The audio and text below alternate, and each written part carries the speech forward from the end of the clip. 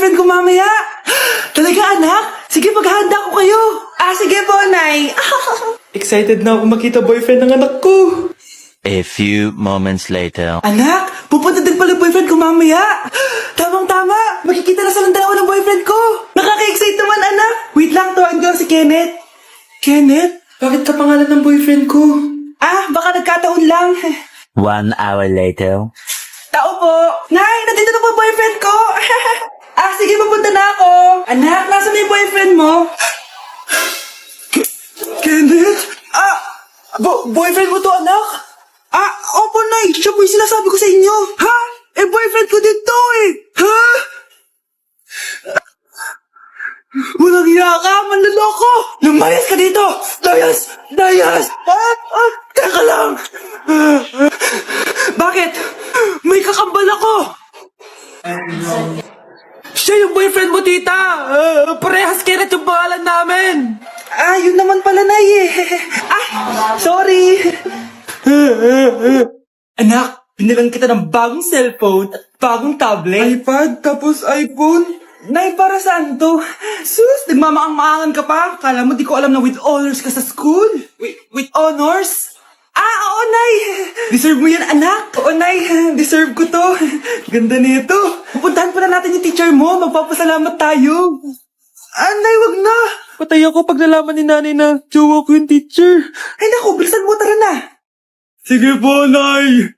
A few moments later. Hello po. Hello po, ma'am. Napadaan po kayo dito. Ma'am, gusto ko lang po magpasalamat dahil with honors yung anak ko. Wala yun, ma'am. Nay, uwi na tayo, tara na. Kahit palagi di po mapasok at bagsak yan sa lahat ng subjects. Anong sabi mo? Bagsak? Oo, ma'am, bagsak. Pero dahil mabuti siyang jowa sa akin, with honors pa rin siya. Ha?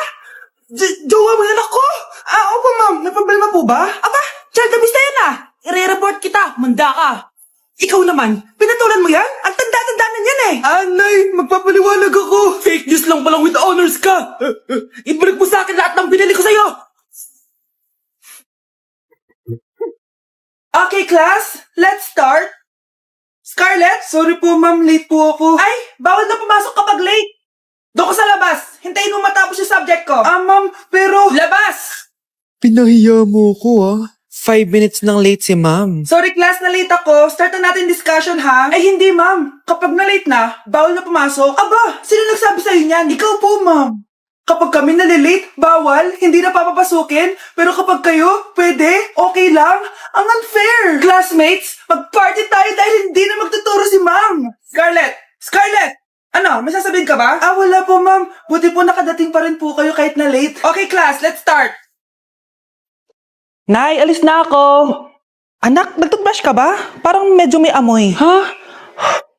Oo nga, pero nagtoothbrush naman ako, Nay. Sigurado ka bang hindi fake yung nabili mong toothpaste? Di ko alam, Nay. Nay, nakauwi na ako. Anak, anong nangyari dyan sa mukha mo? Nagre-rejuve ka ba? Ha? Na-sunburn ako, Nay. Naglagay naman ako ng sunscreen ano nangyari sa mukha ko? Ayak ka na naman Sigurado ka bang hindi fake yung nabili mong sunscreen, ha? Di ko alam kung totoo yun, pero mura lang kasi yun Bakit parang puro fake na lang nabibili ko?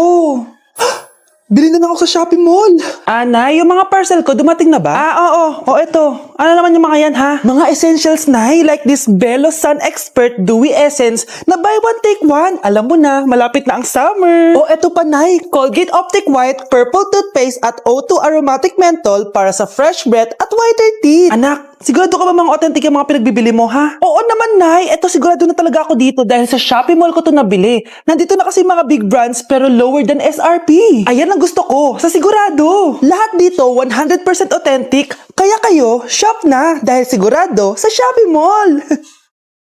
Nay, gusto ko po ng Jollibee. Sige anak, pag natulog ka, bibilan kita ng Jollibee. Gusto ko po yung fries, chicken joy, burger, tsaka spaghetti. Oo, sige anak, bibilan ko lahat yan. Matulog ka na. Sige po, Nay. Ayan na, tulog na siya. Bibili na tayo ng Jollibee. Lahat ng pinagkainan niyo, tapon niyo sa basura ha, para di niya makita. Nay, saan po kayo pupunta? Pupunta kami sa mall, anak. Sa mall? Sama po ako, Nay. Gusto mo sumama? Sige, maligo ka na para makasama ka sa amin. Sige po, Nay. Bilisan niyo na habang naliligo siya. Tara na. Nay, tapos na po ako maligo. Nay, Nasaan na sila? Umalis na sila. Iniwan nila ako.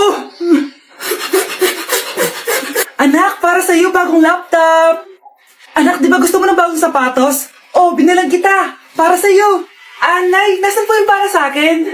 Nakalimutan ko yung para sa'yo eh. Nay, anak niya pa ba ako? Di ko na kasi ramdam yung pagmamahal niya sa akin eh. Aamin na ako, anak. Ampun ka lang. Ampun lang ako. Saan niyo po ako galing, Nay? Nakita lang kita sa tayo ng mga kalabaw. Kalabaw yung nanay at tatay ko? Oo, anak. Nanay at tatay mo yung mga kalabaw. Anak, kailan mo ako papakilala sa girlfriend mo? Nay, wag po kayo magagalit. Girlfriend ko po kasi yung anak ng kapitbahay natin. Yung mayaman na kapitbahay natin. Opo, Nay. I like your taste, ha? Nasaan na siya? Nandito po siya, Nay. Papakilala na kita. Babe, halika.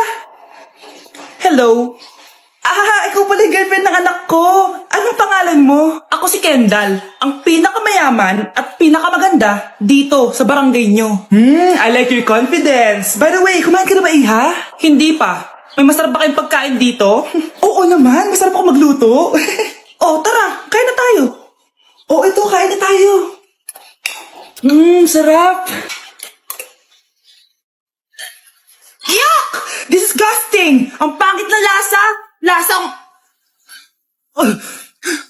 Grabe ka naman! Nagsisisi akong pumunta pa ako dito! Babe, magpapaliwanag ako please! Ang papangit nyo! Tita! Bastos ka ha! Ikaw na nga binibigyan ng pagkain! Nag-iisarte ka pa!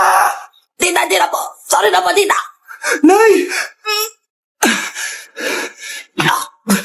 Lumayas ka dito! Gusto ko na magka-jowa. Yung mga tropa ko may mga anak na. Yung iba kinakasal na. Diligan niyo na ako. Paano ka magkaka-jowa? Lahat na naliligaw sa'yo, ayaw mo. Gusto ko kasi na yung pogi tsaka yung mayaman. Matulog ka na lang. Baka sa panaginip mo magka-jowa ka. Grabe ka naman, Nay. A few moments later. Ang ganda-ganda ko naman. Bakit wala akong jowa? Sino ba tumatawag? Bakit? Uy, Be, ang gwapo ng bago niyong kapitbahay. Talaga ba? Ako sinasabi ko sa'yo, walang kalandian ngayon, ha? Oo, Be, chance mo na yan para magka-jowa. Ay, teka lang, pupuntahan ko. Ako si Mr. Suave. Grabe. Habulin ng babae. Ang pogi nga. Hi, miss. Ang ganda mo naman. Salamat. Parang mahal na ata kita. Mahal mo ko? Pwede ba kitang ligawan? Sa wakas, magkakajowa na ako. Si Cherise! Di tayo talo, no? Crush ko yung kapatid mo, si Kyle. Ang cute niya. Akala ko magkakajowa na ako. Okay lang yan. Pwede naman tayong sisters. Sige, sisters. Hala, nasan sa crush ko? Hala! Di na naman gumagana tong cellphone ko. Kakainis naman. Ayan, di kasi iniingatan, kaya nasisira. May kakilala kong gumagawa ng phone best. Gusto mo? Libre lang. Libre? Sige. Pwede ba? Ginagamit ko kasi ito pang school eh. Oo, best ako bahala. Bukas okay na yan. Tiwala ka sa akin. The best ka talaga. Ito, ingatan mo yan na. Best! Charan! Okay na. Sabi ko naman sa'yo, maayos to eh. Wow, totoo nga. Naayos nga. May magagamit na naman ako. Bes, kain ka muna. Ay, wag na Bes. May gagawin pa ako sa bahay eh. Kita na lang tayo bukas ha. Sige Bes. Thank you ulit ha. Ikaw lang talaga mapagkakatiwalaan ko. Yes, makakanood na ako ulit ng mga k-drama. Sino yung mabahong yun? Ay, ako pala. Ligo na nga ako. It's time. Selfie muna bago ligo. Ganda ko talaga. Ligo na nga ako. My favorite song. Ayoko umasan.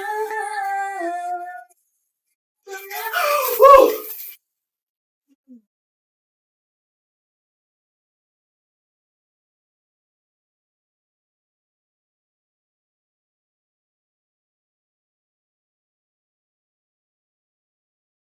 Yes! Ang taas ng score ko! Anong score mo, Scarlett? 19 yung score ko. Ay, hindi perfect. Buti pa ako, naka 20. Bawi ka na lang next time, ha? Scarlett, nagawa mo ba yung assignment natin? May assignment tayo? Hala, di ko nagawa. Huwag mo nang sasabihin kay Mama. Sige, di ko sasabihin. Ma'am, may assignment po pala tayo. Ay, oo nga pala, may assignment tayo, class. Ang hindi gumawa ng assignment, bagsak sa akin, ha?